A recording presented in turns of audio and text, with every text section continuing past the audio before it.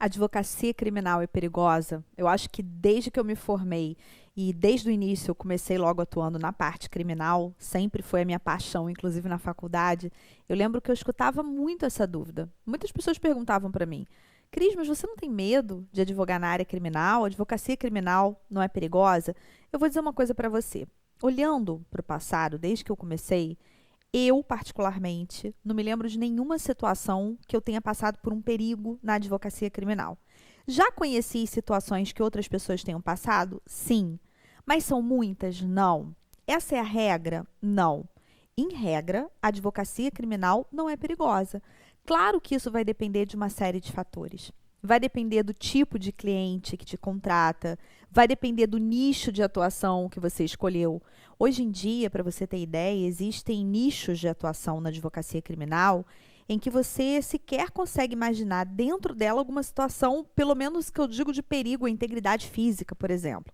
Alguns perigos existem, como, por exemplo, a questão de contratação, de não recebimento de honorários, e que já já eu vou conversar com você nesse vídeo. Mas perigo à integridade física, se você pensar, por exemplo, em alguns nichos como uma advocacia de consultoria, de pareceres, e aí claro que você pode pensar assim, mas se eu estou iniciando na advocacia criminal, eu geralmente não vou iniciar com uma advocacia de consultoria, de pareceres. Mas existem alguns outros nichos. A parte, por exemplo, de direito penal econômico, ela é uma parte, inclusive, que pode o advogado prestar serviços para empresas, fazer uma advocacia mais corporativa. É possível ainda a chamada investigação defensiva. Hoje em dia, para você ter ideia, já existem escritórios, e são vários, mas não são tantos assim. Ou seja, ainda há um grande espaço no mercado para advogados que queiram começar nessa área. E é também muito interessante. É um outro nicho da advocacia criminal em que eu também desconheço qualquer situação perigosa que o advogado criminalista tenha passado. Agora, é lógico que a gente sempre precisa tomar alguns cuidados. Eu digo que isso não é só na advocacia criminal. Você pode, no dia a dia, lidar com situações em que o cliente ele tenha ficado extremamente nervoso ou insatisfeito. Por quê? Porque há profissionais, e isso a gente sempre tem que evitar, é um dos cuidados para que você realmente não corra nenhum perigo na sua advocacia, que é a promessa de resultado. Nossa obrigação não é uma obrigação de resultado, é uma obrigação de meio. E o cliente, ele precisa ter ciência disso. Você precisa deixar muito claro. E lógico, você precisa fazer tudo que estiver ao seu alcance, claro, tudo que faz parte do seu trabalho, tudo que está dotado de legalidade, é lógico, sempre. Mas o cliente, ele sente. Ele sente que você se dedicou, ele sente que você fez o seu trabalho com afinco, ele sente que você realmente, como eu digo, vestiu a camisa da defesa. Isso é muito importante. Porque é claro que há situações em que o cliente do advogado criminalista, principalmente se a gente está falando efetivamente do processo criminal, há situações em que o cliente é condenado. O advogado, é lógico que ele faz tudo para que consiga absolvição, mas ele não pode prometer absolvição para o cliente. Claro que ele pode fazer o trabalho dele, vai fazer o trabalho dele da melhor maneira possível, mas ele não pode prometer absolvição. Por isso que eu até converso sempre isso com os meus alunos, principalmente na prática, no curso de prática na advocacia criminal, que é sobre fazer tudo, inclusive em termos de pedido subsidiário, você já pensando, se eu não conseguir absolvição, o que eu posso fazer aqui para buscar para esse meu cliente a melhor e a menor pena?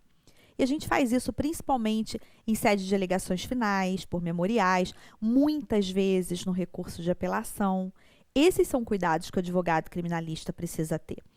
Deixar sempre tudo muito claro. E quando eu falo em deixar claro, nisso aí está abarcado também a necessidade do contrato de honorários. Muitos advogados, eles, inclusive na ânsia de atuar, principalmente advogados iniciantes, deixam esse aspecto de formalidade da contratação para depois. A falta de uma contratação formal não significa que você não vai receber os honorários, mas é claro que existe um perigo maior de que isso aconteça.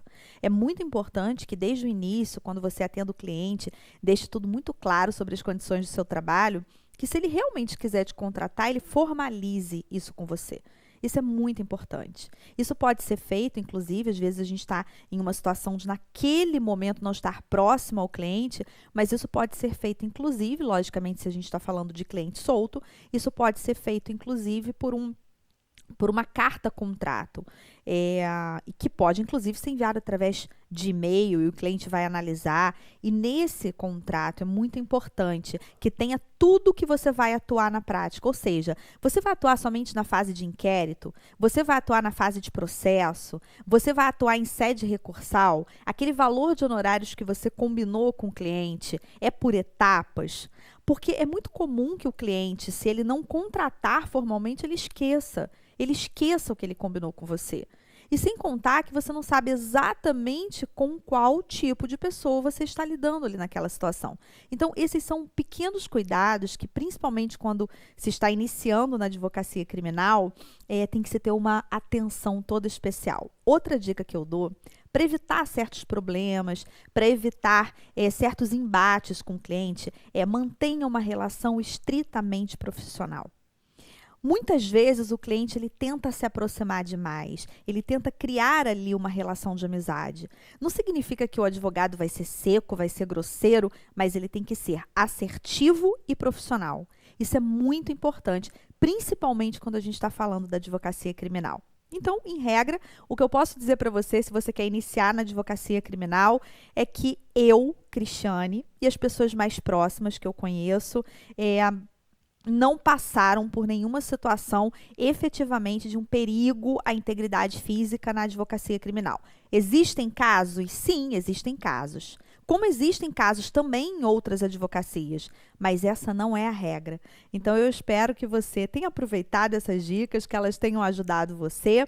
Inscreva-se aqui para você acompanhar os nossos próximos vídeos. Um grande abraço e até o próximo.